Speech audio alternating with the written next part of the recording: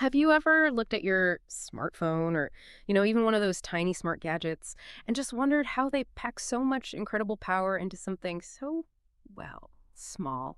It's pretty mind-boggling, isn't it? Our devices just keep getting smaller, faster, more powerful. It feels like they're defying the limits. And for decades, this relentless shrinking has largely been down to Moore's law, that idea that the number of transistors on a chip roughly doubles every couple of years. But here's the thing, as our tech gets tinier, the manufacturing isn't just scaling down, it's becoming incredibly, almost unbelievably precise. We're talking about needing ultra precision, ultra fine technologies where every single atom counts. Imagine trying to sculpt something atom by atom. It's almost like that. And that's exactly what we're diving into today. We're going to pull back the curtain a bit on three maybe unsung heroes of modern chip making. Atomic layer etching, that's ALE, neutral beam etching, NBE, and atomic layer deposition, ALD. Think of them as the atomic scale sculptors, making these amazing advancements actually possible. So our mission for this deep dive, give you a shortcut to understanding how these advanced techniques are not just keeping up with Moore's law, but actually pushing beyond Moore principles. They're enabling breakthroughs in, well, everything, from the phone in your pocket to really advanced medical tech. So get ready for some surprising facts, maybe a few aha moments along the way. Okay, let's unpack this a bit. When we talk about making a computer chip, a really key step is etching. What exactly is that? Right. So in simple terms, etching is basically the process of removing material from the surface, but with extreme precision. Imagine you have a blank silicon wafer, like a canvas. You need to carve out these incredibly intricate pathways and components to build the circuits. Etching is how you define those patterns. And at the scale we're talking about now, for today's chips, you need absolute control over how deep you etch, the shape of cut the profile, how smooth the surface ends up, and making sure it's perfectly uniform across the whole wafer. It's critical. So like microscopic carving, but with immense precision needed. I know historically there were different ways to do this, right? Can you walk us through that a bit? Yeah, you're right. Traditionally, people used wet etching, literally dipping wafers into chemical baths. It's inexpensive, relatively simple, but it's really hard to control precisely, especially for small features. Think about drawing a line with a marker that bleeds. It's tough to get sharp, tiny details. Okay, yeah, I can picture that. Not great for nanoscale stuff. Exactly. For the microscopic components in today's chips, it just doesn't cut it. And that's why dry etching became essential. This happens in a vacuum chamber. You use gases, plasma, basically physical and chemical reactions to remove material. And that allows for far, far greater precision. And what's really fascinating now is how even more advanced dry etching methods like atomic layer etching and neutral beam etching have evolved. They overcome the limitations of even those earlier dry etching techniques. They let us sculpt structures that honestly were once thought impossible. Okay, let's start with ALE then, atomic layer etching. Sounds like it takes precision to a whole new level. You mentioned layer by layer removal. How does it actually do that? Yeah, the brilliance of ALE really lies in its self-limiting nature. It's kind of a two-step dance, repeated over and over. First, you introduce a reactive gas. It very precisely absorbs onto the material's surface, just sticks there, forming a single ultra-thin layer. Think of it like molecules just naturally settling on the surface, one layer deep. Then a second step comes in and very carefully removes only that exact atomic layer. Nothing more, nothing less. Wow. It's like, imagine peeling off a single perfect sheet of paper from a huge stack without disturbing the one underneath. It's that controlled. And this removal can be triggered by heat or sometimes by using a plasma. So it's all about perfect control, cycle after cycle, no matter how complex the surface. Exactly. And the advantages are huge. You get exceptional control over exactly how much material you remove. It minimizes over-etching, accidentally removing too much, because it just stops itself after one layer. And really importantly, it reduces surface roughness, making the surfaces incredibly smooth, which is vital for device reliability and performance. This makes it pretty much indispensable for building advanced 3D integrated circuits, like FinFETs. Right, the fine-shaped transistors. Yeah, those tiny standing fins that give more control in a smaller space. And even the newer gate-all-around, or GAA transistors, which are even more complex. ALE is key. Okay, so connecting this back. What does this all mean for the devices we use every day or the ones coming next? How does this level of precision translate into something, we'd actually notice? Well, the improvements can be really significant. Take specialized high-power chips, for example, things used in power supplies or electric vehicles. Using ALE, engineers have managed to get dramatically smoother surfaces. Data shows things like an 11% improvement in surface roughness for certain materials, and that translates directly to better electrical properties, like a nearly 7% reduction in sheet resistance. Less resistance means more efficiency. So less energy wasted as heat. Exactly. Devices run cooler, last longer. In high-power applications, ALE has enabled components to handle much higher voltages, like achieving breakdown voltages over 700 V in some cases, and operate with really precise control. And if you compare it directly with, say, traditional plasma etching like ICP etching, ALE makes the chip surface significantly smoother. We're talking maybe zero point 0.4 nanometers roughness versus 1.2 nanometers for ICP. That's a huge difference, like 66% smoother. Yeah, it's a massive improvement. Yeah. And that smoothness directly leads to better reliability, better electrical control. It also causes much less plasma-induced damage during the etching itself. You see this in measurements like the ideality factor for diodes.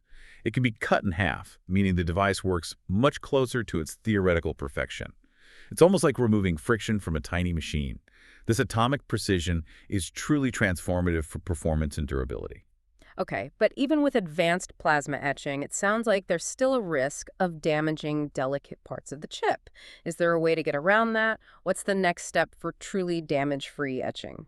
That's a great question, and that's exactly where neutral beam etching, or NBE, comes in. It's designed to address that exact problem. You see, traditional plasma etching uses charged particles, ions. And these ions, even in controlled processes, can physically bombard the surface, causing damage, creating defects in the crystal structure of the material. Huh. NBE, however, uses a beam of neutral particles, no charge.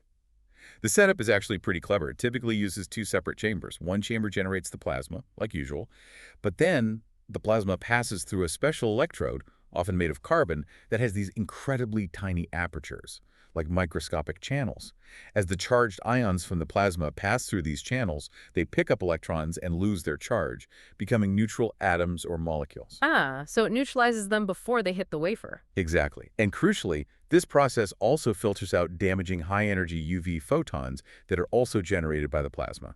So what reaches the wafer is a beam of neutral particles without the damaging ions or UV light. This creates a remarkably damage-free etching environment. It's a much gentler touch. So ideal for really sensitive materials or structures. Precisely. It's particularly suited for the most delicate structures, and especially for materials like gallium nitride GaN, which you find in high-power electronics, 5G systems, fast chargers, things like that. GaN is amazing, but it can be sensitive to damage. NBE also shows great promise for complex 3D structures, like those FinFETs we mentioned, allowing very selective etching, like removing germanium but leaving silicon, for example. Okay, connecting this to the bigger picture again. How does NBE actually improve performance in a way that we as consumers might eventually notice or benefit from? Oh, the performance improvements are quite compelling, especially compared to conventional plasma methods. For instance, GaN devices etched with NBE, they're shown a 10-fold reduction in unwanted electrical leakage current, compared to similar devices etched with plasma beams. 10 times less leakage. That sounds significant. It is. It's like plugging tiny leaks in a pipe, making sure almost all the electrical current goes exactly where it's supposed to, improving efficiency. The chip surfaces also become dramatically smoother roughness, dropping from maybe over 2 nanometers down to less than half a nanometer. Again, smoother means fewer defects, better performance, and reliability gets a huge boost. NBE can drastically increase the voltage the chips can withstand before breaking down. We've seen soft breakdown voltage jump from around 25 volts to over 200 volts, and the hard breakdown, total failure, push from maybe 600, 700 volts up towards 800 volts or more. That makes devices far more robust. And for high-frequency applications, think advanced Wi-Fi, 5G, radar systems, NBE process GaN devices show really impressive gains. Things like 50% better on resistance, meaning less power loss, over 20% improvement in transconductance, which relates to signal amplification, significantly lower noise, and higher operating frequencies. So, faster, clearer signals, more efficient operation.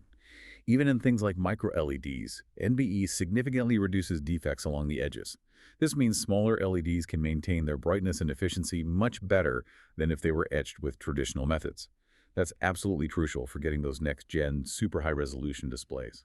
Okay, so we've covered removing material precisely with ALE and NBE. Now let's flip the coin and talk about building things up. Etching clears the path, you said, but deposition builds the layers. What are the challenges when you're trying to build things at this atomic scale, especially compared to older methods?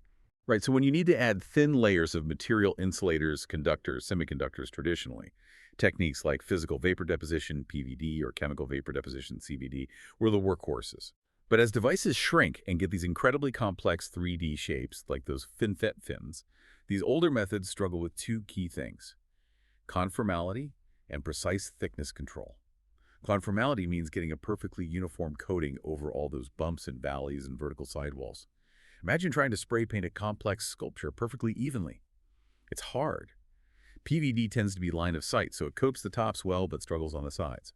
CVD can be better, but still struggles with perfect uniformity on really aggressive 3D shapes. Right, you get thicker layers on top and thinner ones in the trenches or on the sides. Exactly. And the other issue is controlling the thickness with atomic precision. With CVD or PVD, controlling thickness down to a single atomic layer is extremely difficult, if not impossible. Okay, so getting that perfect uniform layer, just atoms thick on these incredibly intricate surfaces, sounds almost impossible. How do you achieve that? What's the secret sauce? Well, the secret sauce, or maybe the game changer here, is atomic layer deposition. ALD. Ah, ALD. We hear that term a lot. Yes, and for good reason. Its mechanism is actually quite similar in principle to ALE, but for building up instead of removing. It's also a self-limiting cyclic process. Basically, you expose the wafer surface to one chemical precursor gas, called gas A. It reacts and sticks to the surface, forming just a single molecular layer, maybe even less. Because it's self-limiting, once the surface is saturated, no more of gas A will stick. Then you purge the chamber to remove any leftover gas A. Next, you introduce a second precursor gas, gas B. It reacts only with the layer of gas A already on the surface, again forming maybe a single molecular layer of the desired material. Then you purge again to remove excess gas B, and that completes one cycle. So each cycle adds just a tiny, precise fraction of a layer. Exactly. Often less than one full atomic or molecular layer per cycle. It's like painting that masterpiece, where each coat is incredibly thin, perfectly applied, molecule by molecule, ensuring total coverage before the next step. Okay, that sounds incredibly controlled. What are the main advantages then? Well, the biggest one is that atomic scale control over film thickness. You just count the number of cycles to get precisely the thickness you want. It's digital almost. Second is exceptional uniformity and conformality. Because the reactions are self-limiting and saturate the entire surface, ALD can coat incredibly complex 3D structures, those high aspect ratio trenches and fins, with near-perfect uniformity, often better than 90% conformality. Plus, you can deposit a wide range of materials: oxides, nitrides, metals, semiconductors. And another big plus is the relatively lower deposition temperatures it often uses, compared to some CVD processes. This helps protect sensitive underlying layers or materials from heat damage. Now, it's not perfect, of course. The main challenge historically has been slower growth rates compared to CVD. But there are innovations like spatial ALD and plasma-enhanced ALD or PEALD that are speeding things up significantly. And you need to operate within a specific temperature window for the self-limiting reactions to work ideally. Okay, that makes sense. But as devices get even smaller, we're talking sub 5 nanometers now, just depositing everywhere uniformly might not be enough, right? Right. Sometimes you only want material in specific spots. Precisely. And that's where a really exciting area called area selective ALD, or ASALD, comes into play. Area selective, so depositing only where you want it. Exactly. ASALD allows for selective growth on predefined areas of the wafer, while preventing growth on other areas, maybe by using special chemical blockers or surface treatments. This is becoming crucial for precise feature alignment in the tiniest circuits at advanced nodes. Imagine needing to deposit a material perfectly aligned at the bottom of a tiny hole without getting any on the surrounding area. And a huge potential benefit is that it can reduce the need for extensive lithography and etching steps. If you can deposit material only where you need it, you might avoid several complex and costly patterning steps. Saving time and money in manufacturing. Definitely. The key challenge here is maintaining selectivity over many cycles, what's called a selectivity window. Sometimes, integrating a brief etching step within the process can help clean off any unwanted initial growth and maintain high selectivity.